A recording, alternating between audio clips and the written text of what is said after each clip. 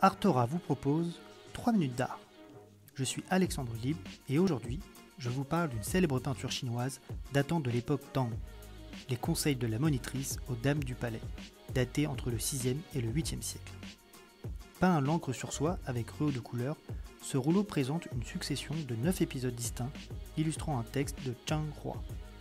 Initialement, il comportait 3 scènes de plus, mais les premières ont disparu, ainsi que le texte de l'Inkipit.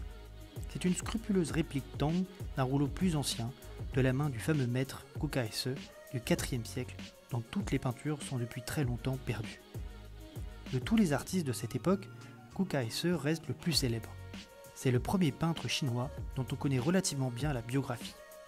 Mais il est surtout le seul artiste dont on possède encore le témoignage matériel des œuvres.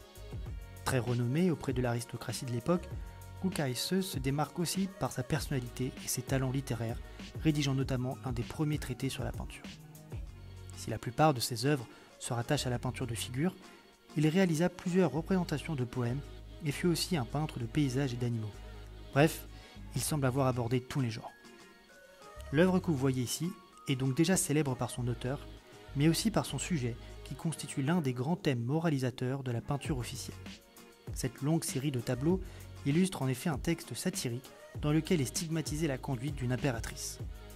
La peinture, comme le texte, met en cause ses pratiques telles que son interventionnisme excessif, son recours à l'assassinat et son rôle néfaste sur la scène politique.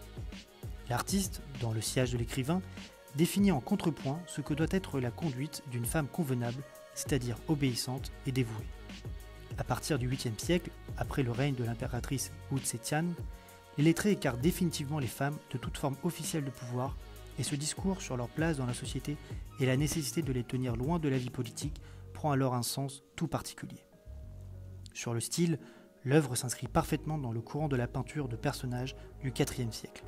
Si le traitement des draperies flottantes reste empreinte d'archaïsme, la souplesse féminine, le raffinement et le souci de caractérisation individuelle des personnages ouvrent des perspectives nouvelles. Au cours des âges, l'œuvre a malheureusement été mutilée. Plusieurs fois rafraîchie, restaurée et rapiécée, il est difficile aujourd'hui de dissocier les coups de pinceau originaux des retouches successives. En surplus, de nombreuses calligraphies ont été apposées au fil des siècles, venant confirmer cette indéniable ancienneté. Il constitue ainsi l'une des reliques les plus antiques et les plus précieuses de toute l'histoire de la peinture chinoise. À demain!